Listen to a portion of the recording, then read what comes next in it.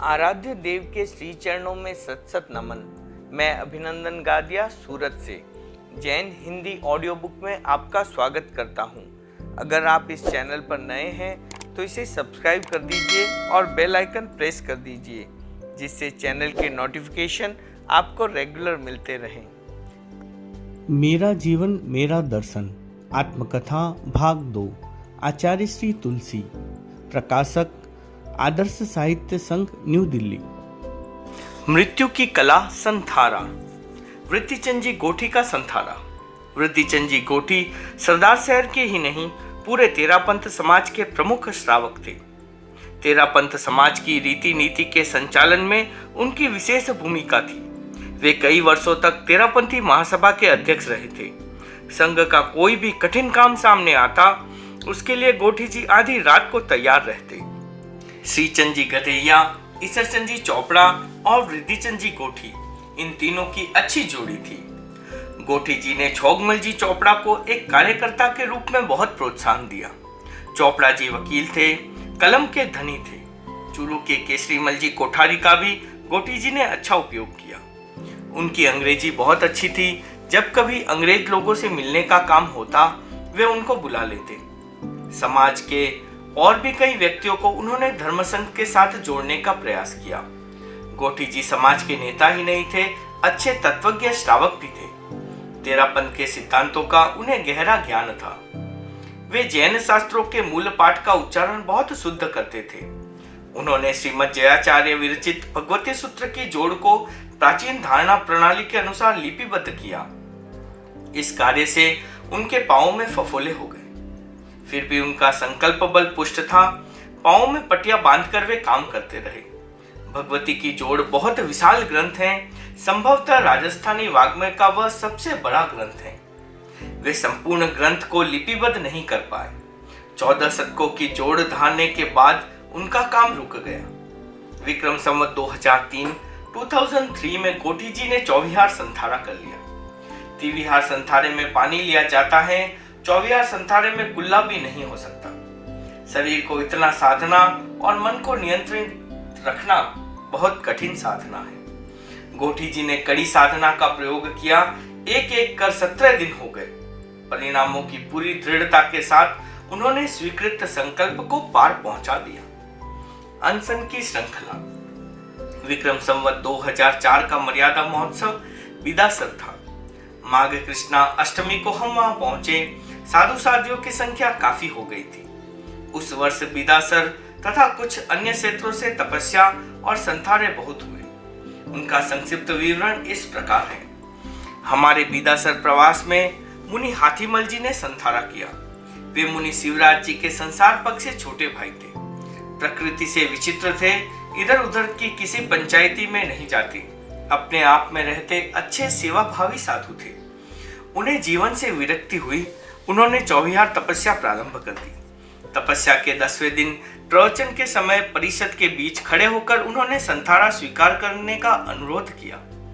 मैंने उसको टालना चाहा, पर वे अपनी धुन के पक्के थे। उनकी दृढ़ता के प्रति मेरे मन में भी विश्वास था। उनके विशेष आग्रह पर उन्हें चौविहार संथारे का संकल्प करा दिया।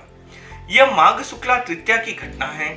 उसी दिन मध्याह्न में साध्वी पूना जी बिदासर ने 8 दिनों की तपस्या में चौविहार संथारा स्वीकार किया।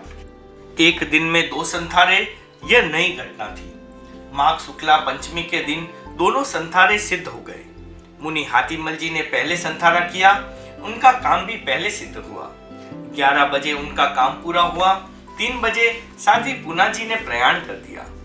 उन दिनों साध्वी मालू जी, साध्वी हीरा जी आदि कई साध्वियों के संथारे सानंद संपन्न हुए। इस प्रकार की घटनाएं धर्म संघ में यदा कदा होती ही रहती हैं। संथारा करने वालों का मनोबल और उस उपलक्ष्य में होने वाले त्याग प्रत्याख्यान से जैन शासन की प्रभावना बढ़ती है। उसी वर्ष आषाढ़ महीने में मुनि फूलचंद जी ने संथारा किया। वे मुनि हीरालाल जी के वर्ग में थे। मुनि हीरालाल जी अत्यंत सरल, विनीत, आत्मार्थी, शासन भक्त और पूज्य कालुगणी के पूरे विश्वस्त थे। उन्हें गुरुदेव की उदक सेवा का सौभाग्य प्राप्त हुआ। वे अपना काम जिम्मेदारी के साथ करते थे। गुरुदेव ने उनको अग्रगण्य बनाकर बहिर्विहार करा दिया। वे गुरुकुलवास को छोड़कर विहार करते, तब पुनः गुरु के दर्शन न हो तब तक दूध पीने का त्याग कर देते। स्वतंत्र विहार में दूध पीते ही नहीं। वे ध्यान का अच्छा अभ्यास रखते थे। प्राणायाम में भी उनकी अभिरुचि थी। वे पश्चिम रात्रि में प्राय ध्यान प्राणायाम का प्रयोग करते थे। लंबे समय तक श्वास रोक सकते थे। पूज्य गुरुदेव का स्वर्गवास होने के बाद मेरे प्रति भी उनकी विनम्रता और भक्ति में कोई अंतर नहीं आया। मुनि हीरालाल जी अधिक पढ़े लिखे साधु नहीं थे। उनके वर्ग में व्याख्यान आदि का काम मुनि फूलचंद जी करते थे। उनका शरीर भारी भरकम था। विक्रम संवत 2004 आषाढ़ महीने में उनको पक्षाघात हो गया। सुधार की संभावना न होने से उन्होंने आषाढ़ कृष्णा अष्टमी के दिन संथारा ग्रहण कर लिया। उसी रात्रि में उनका संथारा सिद्ध हो गया। उस अवसर पर मैंने एक दोहा कहा, संयम सौरभ सुभर्यो गणवनिक अनुकूल। संयम सौरभ सुभर्यो गणवनिका अनुकूल। जन्म सफल अपनों कियो संत प्रफुल्लित फूल। जन्म सफल अपनों कियो संत प्रफुल्लित फूल। संथारा तोलाराम जी दुग्गड़ का। विक्रम संवत श्रावण कृष्णा द्वादशी का दिन लाडनू के श्रावक तोलाराम जी दुग्गड़ 4 दिनों की चौहियार तपस्या में लाडनू से छापर आए। ऊपर चढ़ने का सामर्थ्य न होने से वे नीचे ही रहे। मैं उन्हें दर्शन देने गया। दर्शन कर वे बोले, आज चोले की तपस्या है, अब आप आजीवन संथारा करा दें। मैंने कहा, तपस्या और संथारे में बहुत बड़ा अंतर है। आप तपस्या चालू रखें, सलेख ना करें, पर संथारे के लिए जल्दी ना करें। ऐसे झटपट संथारा कैसे कराया जा सकता है। लाडनू में दुगड़ों की पौल में कुछ भाई बड़े विचित्र थे। वे जिस बात के लिए अपने मन में सोच लेते उसे करके ही रहते। तोलाराम जी की गणना वैसे व्यक्तियों में की जा सकती है। मेरी बात सुनकर वे बोले, मैं लाडनू से यहाँ किस लिए आया हूँ, मुझे तो संथारा ही करना है। मैंने उनको शांति से समझाने का प्रयास किया। इस पर उन्होंने कहा, मेरी भावना तीव्र है, मैंने जीने का पूरा रस लिया है, मैं त्राही त्राही कर मरना नहीं चाहता। मेरा मनोबल मजबूत है, मैं सिंह वृत्ति से समाधि मरण चाहता हूँ। जैन शासन में संयम जीवन और समाधि मृत्यु को प्रशस्त माना गया है।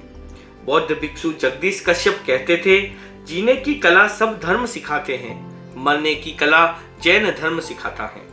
अपनी जीवन यात्रा को कलात्मक ढंग से पूरा करने के लिए ही आचार्य विनोबा भावे ने आखिरी समय में संथारा स्वीकार किया था। तोलाराम जी का संथारे के लिए आग्रह इतना प्रबल था कि उसे टालना असंभव हो गया। उनके विशेष आग्रहपूर्ण अनुरोध पर उनको संथारा करा दिया। उन्हें अत्यधिक प्रसन्नता हुई।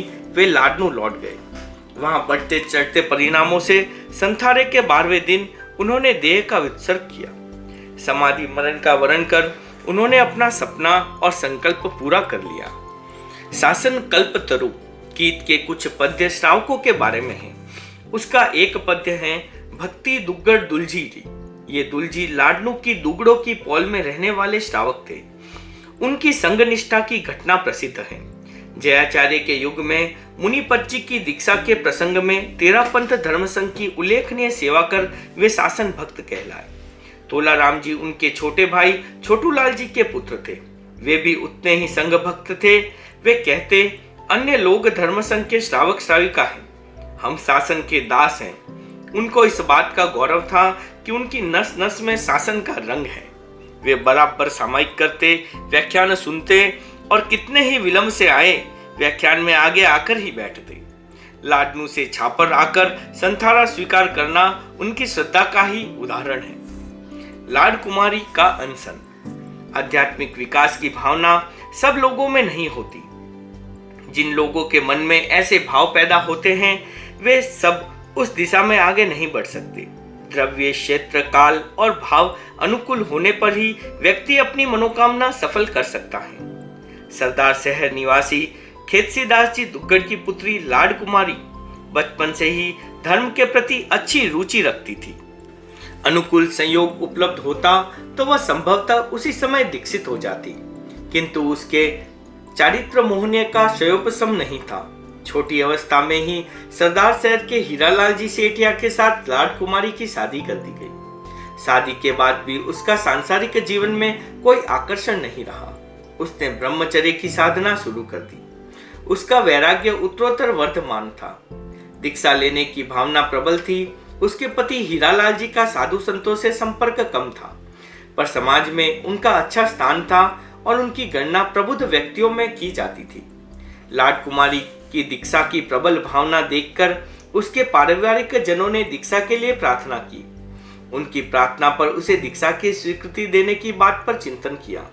मुझे अनुभव हुआ कि उसकी शारीरिक स्थिति साधु जीवन के अनुकूल नहीं है, इसलिए दीक्षा की स्वीकृति नहीं दी गई। दीक्षा की भावना सफल न होने की स्थिति में उसने आजीवन अनशन स्वीकार करने की इच्छा प्रकट की। मैंने उसे समझाते हुए कहा, अनशन का काम बहुत कठिन होता है। अभी तुम्हारी अवस्था भी छोटी है, अस्वस्थता बढ़ रही है, यह ठीक है, पर बिना सोचे समझे आजीवन अनशन की बात नहीं करनी चाहिए। बहन के मेरे शब्दों पर इतनी आस्था थी कि अनशन का आग्रह छोड़कर तपस्या करना स्वीकार कर लिया। वैसे श्रावण शुक्ला पूर्णिमा से वह पानी और रोटी ये दो ही चीज ले रही थी। भाद्रपद शुक्ला पूर्णिमा से उसने उन दोनों चीजों का परिहार कर चौविहार तपस्या प्रारंभ कर दी। उस समय विक्रम संवत 2005 हम छापर में चातुर्मासिक प्रवास कर रहे थे। पहले से ही कृष शरीर चौविहार तपस्या से और अधिक क्षीण हो गया। दुर्बल शरीर में भी उसका मनोबल प्रबल था। आश्विन कृष्णा चतुर्थी के दिन उसने आजीवन चौविहार अनशन ग्रहण कर लिया। उस स्थिति में भी उसके मन में दीक्षा की प्रबल आकांक्षा थी।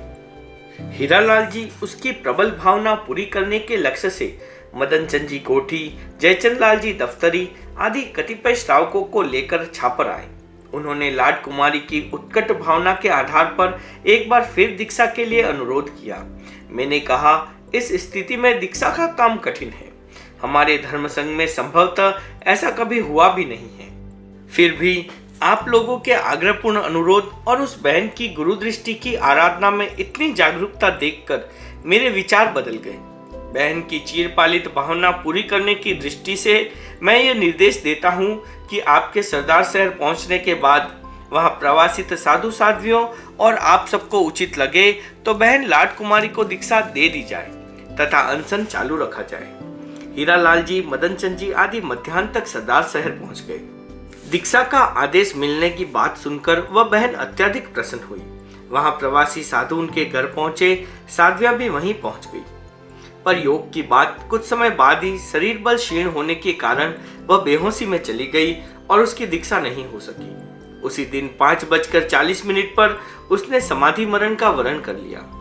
इस अनशन की एक विशेषता यह थी कि बहन ने अनशन के प्रारंभ से ही पूर्ण मौन की साधना भी की। अनशन की संपन्नता का संवाद मिलने पर मैंने एक पद्य कहा, अनशन मौन युक्त अवधार, संयम स्वीकृति प्राप्त सुप्यार। अनशन मौन युक्त अवधार, संयम स्वीकृति प्राप्त सुप्यार। लाडा बाई विमल विचार, कियो आत्मबल साक्षात्कार। लाडा बाई विमल विचार, कियो आत्मबल साक्षात्कार। बहन लाड कुमारी की अवस्था उस समय 21 वर्ष की थी। वह अपनी दीक्षा की भावना पूरी नहीं कर सकी, पर उसके जीवन काल में ही विक्रम संवत 2001 में उसकी छोटी बहन साध्वी मान कुमारी धर्म संघ में दीक्षित हो चुकी थी। मेघो जी का अनशन। छापर का एक चौधरी था, उसका नाम था मेघो जी। उसके मन में साधु संतों के प्रति बहुत अनुराग था। मेरे प्रति वह अत्यधिक श्रद्धाशील था। यदा कदा समय निकालकर वह प्रवचन भी सुना करता था। उसने अश्विन कृष्णा चतुर्दशी से चौविहार तपस्या प्रारंभ की। अश्विन शुक्ला सप्तमी को मैं उसे दर्शन देने गया। उस दिन तपस्या का 9वां दिन था। उसने आजीवन चौविहार अनशन ग्रहण करने की भावना रखी। उसकी वृद्ध अवस्था, तपस्या से क्षीण शरीर और प्रबल मनोबल देखकर उसके पारिवारिक जनों से पूछकर मैंने उसे आजीवन चारों आहार का त्याग करा दिया। उसको सजग रहने की प्रेरणा देते हुए मैंने कहा, मन को मजबूत रखना, अनशन के कठोर व्रत को दृढ़ता से निभाना। मेरी बात सुन चौधरी बोला, महाराज आप निश्चिंत रहे, मैं खेतों में पका हुआ हूँ, व्रत को पक्का निभाऊंगा। उसने जैसा कहा वैसा ही किया। अश्विन शुक्ला दशमी को उसने देह त्याग कर दिया। उस प्रसंग में मैंने एक सोरठा बनाकर सुनाया।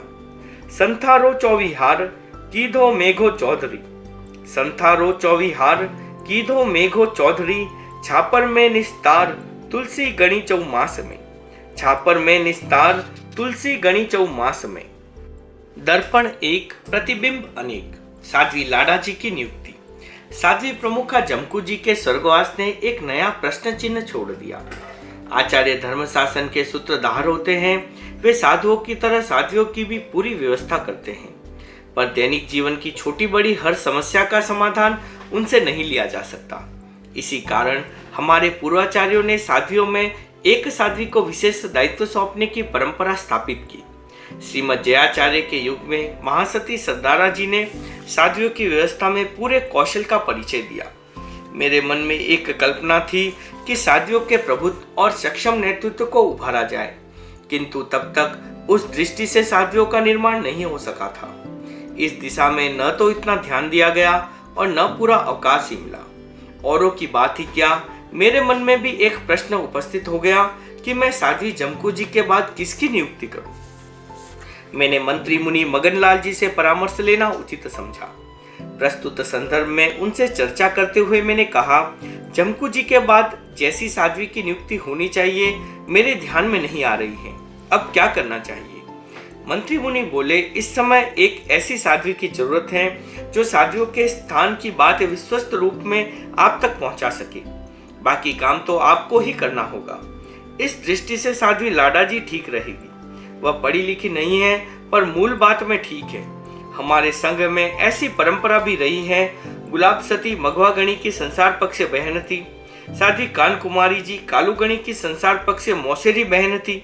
लाडा जी आपकी संसार पक्ष बहन है। वह किसी प्रकार की झिझक के बिना साध्वियों की बात आपके पास पहुंचा सकती है।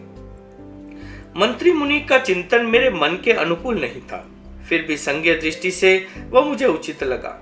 मेरे सामने दूसरा कोई विकल्प भी नहीं था। मैंने साध्वियों की व्यवस्था का दायित्व साध्वी लाडा जी को सौंप दिया। इस बात की समाज में आलोचना हुई। मैं पहले से जानता था कि ऐसा होगा, किंतु जो निर्णय लिया गया था चिंतन पूर्वक लिया था, इसलिए आलोचना की कोई चिंता नहीं हुई। इस घटना का प्लस पॉइंट यह रहा कि साध्वी लाडा जी ने अपनी सूझबूझ, सहनशीलता और कर्तव्य से थोड़े समय में ही अच्छा प्रभाव स्थापित कर लिया। संबोधनों में परिवर्तन। वह एक ऐसा युग था जिसमें सामंती शासन व्यवस्था का प्रभाव था। राजनीतिक और सामाजिक क्षेत्र ही नहीं, धर्म का क्षेत्र भी उससे प्रभावित था। उस समय आचार्य के लिए प्रयुक्त संबोधनों में अन्नदाता, पृथ्वीनाथ, त्रिलोकीनाथ, महाराजाधिराज आदि शब्द की प्रचुरता थी। साधु साध्वियों के लिए भी महाराज शब्द का प्रचलन अधिक था। व्याख्यान के बीच में हुंकारा देने की परंपरा थी। लोग कहा करते थे, युद्ध में नगारो, बखान में हुंकारो, खम्मा गणी धनवाणी, सिरेवाणी धनवाप आदि वाक्यों के प्रयोग से व्याख्यान में व्यवधान उपस्थित होता था, फिर भी किसी को अखरता नहीं था। मार्ग में चलते समय आचार्य के गुणगान के साथ खम्मा गणी की गूंज देर तक उस रास्ते को अनुगुंजित रखती थी। जब तक इस ओर ध्यान नहीं दिया, यह सब सहज सा लगता था। चिंतन थोड़ा सा आगे बढ़ा तब मैंने अनुभव किया कि हमारे लिए प्रयुक्त होने वाले संबोधनों और विशेषणों में सांस्कृतिक पुट नहीं है। सामंतशाही युग के शब्द हमारे साथ क्यों जुड़े? सैकड़ों वर्षों की परंपरा को बदलना सरल काम नहीं था। यद्यपि कोई सिद्धांत या संघीय मर्यादा का प्रश्न वहां नहीं था, फिर भी परिवर्तन तो था ही। हमने चिंतन पूर्वक कुछ नए शब्द गढ़े। आचार्य के लिए आचार्य श्री, आचार्यवर, आर्यवर, गुरुदेव, भंते आदि शब्दों का प्रयोग सुझाया। साधु साध्वियों के लिए मुनिश्री और साध्वी श्री, महासत्या जी के लिए साध्वी प्रमुखा, खम्मा गणी के स्थान पर वंदे गुरुवरम आदि शब्दों का चयन किया। प्रवचन करने वालों और सुनने वालों के लिए एकाग्रता में किसी प्रकार का व्यवधान न आए, इस दृष्टि से प्रवचन के बीच में बोलने और हुंकारा देने की पद्धति को बदला गया। इन छोटी छोटी बातों से बदलाव की जो प्रक्रिया प्रारंभ हुई, वह धीरे धीरे समाज के गले उतरती गई। प्राकृतिक चिकित्सा का प्रयोग। उस समय तक हमने प्राकृतिक चिकित्सा के क्षेत्र में कभी रुचि नहीं ली। तब तक न तो उस विषय में कोई जानकारी थी और न ही वैसी प्रवृत्ति ही थी। विक्रम संवत 2004 में हम कुछ दिनों के लिए चाड़वास रहे। वहां एक व्यक्ति मिला, उसे प्राकृतिक चिकित्सा के बारे में कुछ अनुभव था। वह स्वयं प्रयोग करता और करवाता भी था। उसने प्राकृतिक चिकित्सा के संदर्भ में अनेक बातें बताई। उसके बाद प्राकृतिक संसाधनों की ओर झुकाव हुआ। आसन प्राणायाम को दैनिक चर्या का अंग बनाया। मिट्टी पानी का प्रयोग शुरू किया। खाद्य संयम पर विशेष ध्यान दिया। अल्पकालीन प्रयोगों के अनुकूल परिणाम देखकर यह विश्वास जगा कि अन्य चिकित्सा पद्धति की तुलना में यह पद्धति उपयोगी है। कुछ प्रयोग व्यवहारिक दृष्टि से सरल नहीं थे, फिर भी उनसे लाभ निश्चित था। सर्वाधिक सरल प्रयोग था खाद्य संयम का। इस दृष्टि से अनेक साधु साधियों की धारणा बदली और संघ में उसके अनुकूल वातावरण बनने लगा। 3 दिन शिकार पर प्रतिबंध। उन दिनों हम फतेहपुर में थे। वैशाख कृष्णा एकादशी के दिन सीकर के राव राजा कल्याण सिंह जी ने अपने कामदारों के साथ दर्शन किए। साधुचर्या और तेरापंथ धर्म संघ की रीति नीति की जानकारी पाकर वे प्रभावित हुए। उन्होंने 2 बार बातचीत की। उनके साथ आए हुए पुरोहित जी बोले, गुरु महाराज को भेंट क्या चढ़ाएंगे? यह सुनकर दरबार चौंके। उन्होंने कहा, गुरुजी क्या भेंट स्वीकार करेंगे? मैंने उनको समझाया कि साधु संत रुपए पैसे या फल फूल की भेंट नहीं लेते। आपको भेंट देनी है तो त्याग की भेंट चढ़ाएं। दरबार ने चिंतन किया।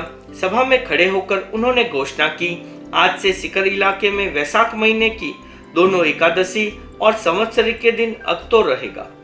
इन दिनों कोई पशु पक्षियों का शिकार नहीं कर सकेगा। इस घोषणा से जैन समाज के लोगों को बहुत खुशी हुई। कांग्रेस अध्यक्ष कृपलानी से मिलन। फतेहपुर से विहार कर हम रतनगढ़ पहुंचे। तब तक भारत आजाद नहीं हुआ। राजनीतिक क्षेत्र में हलचलें तेज थी। स्वतंत्रता के लिए संघर्ष जारी था। उस समय कांग्रेस पार्टी के अध्यक्ष राष्ट्रपति कहलाते थे। उनका प्रतिवर्ष चुनाव होता था। उन दिनों जेबी कृपलानी कांग्रेस के अध्यक्ष थे। वे किसी मीटिंग में फतेहपुर आए। समाज के प्रमुख श्रावक वहां जाकर उनसे मिले। उन्होंने उनको रतनगढ़ आकर हमसे मिलने की प्रेरणा दी। उनका मानस बना वे फतेहपुर से रतनगढ़ आए। इस बीच उनका संपर्क ऐसे लोगों से हो गया जो तेरापंथ के प्रति दुर्भावना रखते थे। उन्होंने कहा, ये तेरापंथी लोग बहुत रूढ़िवादी हैं। ये राष्ट्रीय कार्यों में सम्मिलित नहीं होते। देश की स्वतंत्रता के लिए किसी प्रकार की चेष्टा नहीं करते। ये अपने धर्म गुरु को ही सब कुछ मानते हैं। जो लोग इनके गुरु के पास जाते हैं उनको जैसे तैसे गुरु मंत्र दे दिया जाता है। इस प्रकार की बातें सुनकर कृपलानी जी दुविधा में आ गए। इधर हमारे पास आने की तैयारी, उधर ऐसी वैसी बातें। न आए तो लोगों में प्रतिक्रिया, आए तो इच्छा नहीं। असमंजस की स्थिति में कृपलानी जी रतनगढ़ आए। श्रावकों के साथ हुए वादे के अनुसार हमसे मिलने भी आए, पर रूखापन लिए हुए आए। आकर अनमयस्क भाव से बैठ गए। मैंने कहा, राष्ट्रपति जी, आप आज पहली बार मिल रहे हैं। इस औपचारिक प्रश्न का उत्तर देने के स्थान पर वे बोले, हमारे गुरु महात्मा गांधी हैं। हम और किसी को गुरु नहीं मानते। उनका रुख देखकर अनुभव हो गया कि उनको भ्रांत किया गया है। मैंने कहा, गुरु मानने या बनाने की बात कहाँ से आई? किसी ने आपसे कुछ कहा है क्या? उन्होंने अनमनेपन से थोड़ी देर बात की। उनका रूखापन देख हमने अपनी ओर से कोई विशेष बात नहीं की। वे चले गए। उस दिन कृपलानी जी ने रतनगढ़ में पब्लिक मीटिंग की। रात को वे वहीं रहे। रात में उनका मन कुछ बदला। इस बदलाव का कारण हमें ज्ञात नहीं हुआ, पर वे जाने से पहले दूसरे दिन पश्चिम रात्रि में पुनः आए। उनके व्यवहार में थोड़ा सा अंतर लगा। मैंने उनसे कहा, कृपलानी जी, आप राष्ट्र के नेता हैं। हम भी राष्ट्र के लिए कुछ काम करना चाहते हैं। हम परस्पर एक दूसरे के सहयोगी कैसे बन सकते हैं, इस संबंध में हम आपके साथ बात करना चाहते हैं। यह गुरु बनाने वाली बात बीच में कहां से आ गई? मुनि चंपालाल जी पास ही में बैठे थे। वे कृपलानी जी की अभिमुख होकर बोले, किसी के मन में कुछ भी हो सकता है, पर व्यवहार भी तो एक तत्व है। आप गांधी जी के शिष्य होकर ऐसा व्यवहार करते हैं। आमने सामने ऐसी खरी बात सुन कृपलानी जी स्तब्ध हो गए। उन्होंने पूछा, ये बाबा जी कौन है? उन्हें मुनि चंपालाल जी तथा अन्य साधुओं से परिचित कराया गया। प्राथमिक रूप में अच्छी बातचीत हुई। उसके बाद तो वे बहुत अनुकूल हो गए। उनकी धर्मपत्नी श्रीमती सुचेता कृपलानी राष्ट्रीय प्रभावशाली महिला थी। वह भी अनेक बार मिली। उसने हमारे कार्यक्रमों में पूरा रस लिया। उक्त घटना विक्रम संवत 2004 वैशाख शुक्ला पंचमी और षष्ठी की है। ओम अरहम।